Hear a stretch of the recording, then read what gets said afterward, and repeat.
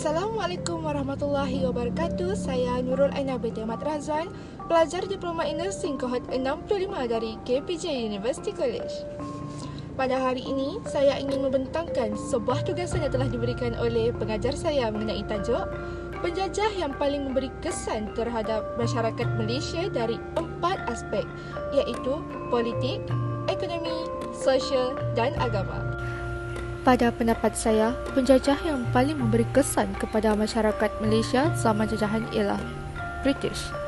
Jajahan British di Tanah Melayu bermula pada tahun 1824 sehingga 1957.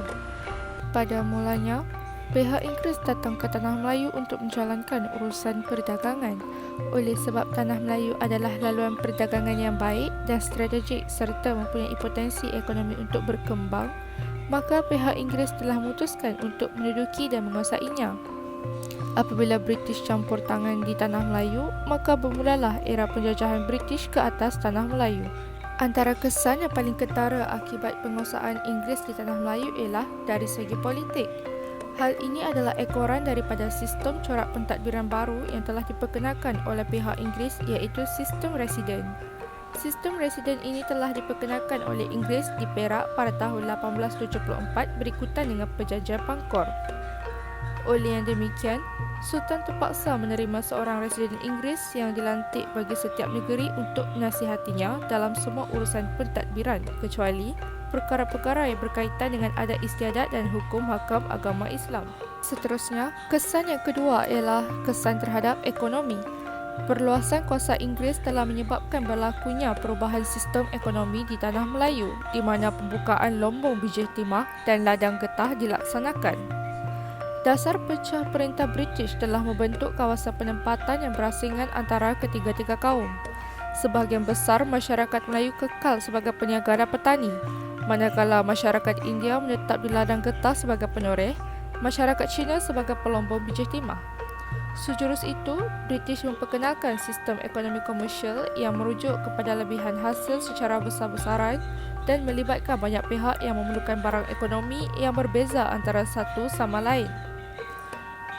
Penggunaan kapal korek dan pam kelikir telah digunakan bagi menggantikan taktik lama, iaitu mendulang yang agak merugikan dalam penghasilan biji timah. Seterusnya, pembinaan jalan raya yang merentasi daerah pedalaman telah mewujudkan kawasan baru serta mewujudkan pembukaan bandar-bandar baru. Dalam sistem ekonomi komersial juga, Inggeris telah menghapuskan amalan pungutan cukai yang dilakukan oleh Sultan dan pembesar. Kesan yang ketiga adalah pada aspek sosial. Apabila campur tangan British di Tanah Melayu ialah kemasukan orang Cina dan orang India secara beramai-ramai ke Tanah Melayu. Hal ini telah menimbulkan pelbagai masalah di Tanah Melayu. Antara masalah yang timbul ialah masalah jenayah yang berleluasa, khasnya di negeri-negeri kawasan lombong biji timah seperti di Perak, Selangor dan Negeri Sembilan. Kumpulan orang Cina yang berbeza telah mewujudkan kongsi gelap untuk menjaga kepentingan masing-masing. Antara kumpulan kongsi gelap ialah Haisan dan Gihin. Selain itu, kesan sosial kemasukan orang Cina dan orang India ialah aktiviti pelacuran yang berlaku dalam kalangan masyarakat. Selain itu, aktiviti perniagaan turut berkembang dengan pesat. Contohnya, orang Teochew dan Hakka merupakan peniaga yang telah membuka banyak kedai di kawasan bandar dan lombong biji timah. Kesan sosial seterusnya ialah pembentukan bandar-bandar baru. Orang Cina dan orang India membuat pentempatan berkelompok di kawasan lombong dan ladang getah seperti di Ipoh, Kinta, Taiping, Kuala Lumpur, Seremban dan Johor Bahru.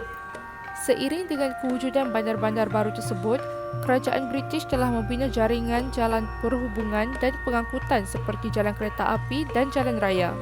Sistem jalan pengangkutan tersebut menghubungkan antara ladang getah dan lombong biji timah dengan kilang maupun pelabuhan. Kesan yang keempat adalah dari segi agama. British meletakkan urusan yang berkaitan dengan hal-hal agama di bawah kuasa Sultan sebagai penaung. Penyerapan pengaruh barat tetap berlaku apabila Inggeris campur tangan dalam urusan pentadbiran dan undang-undang kerajaan Melayu sehingga menghakis sedikit demi sedikit pengaruh Islam. Proses modernisasi yang menjurus kepada peningkatan kemajuan kebendaan yang dilakukan oleh pihak Inggeris dalam pelbagai aspek ini telah mempengaruhi cara hidup masyarakat Melayu. Kesannya, berlakulah suatu pemisahan dalam cara hidup di mana Islam hanya pada ibadah ritual sahaja. Yang terakhir, pengaruh budaya barat juga disebarkan melalui penayangan filem-filem barat yang ternyata mendapat sambungan di kalangan muda-mudi Islam sehingga mengabaikan amalan cara hidup Islam. Secara kesimpulannya, kedatangan British ke tanah Melayu telah menyebabkan berlakunya campur tangan dalam hal ehwal dan pentadbiran di negeri-negeri tersebut. Dengan berlakunya campur tangan British, telah banyak menimbulkan ketidakpuasan hati orang-orang Melayu terhadap struktur pentadbiran dan pelaksanaan hal ehwal di tanah Melayu. Oleh yang demikian, berlaku penentangan di tanah Melayu untuk menentang Inggeris daripada terus berleluasa dan mengukuhkan kuasanya. Tetapi, pelbagai penentangan yang telah dilakukan oleh masyarakat Melayu yang melibatkan perbuatan dan pemikiran masyarakat Melayu setempat. Walaupun British tidak menguasai seluruh negeri di Malaysia, namun pengaruh terhadap corak pentadbiran British di negeri-negeri Selat telah menyerap masuk ke negeri-negeri lain yang tidak dijajah, sama ada secara paksaan ataupun ianya ditiru oleh Sultan bagi memantapkan sistem pentadbiran di negeri mereka.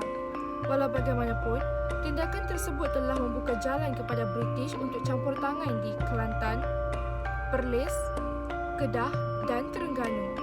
Hal ini telah menyebabkan negeri tersebut dikuasai oleh British secara rasmi menjelang abad ke-20.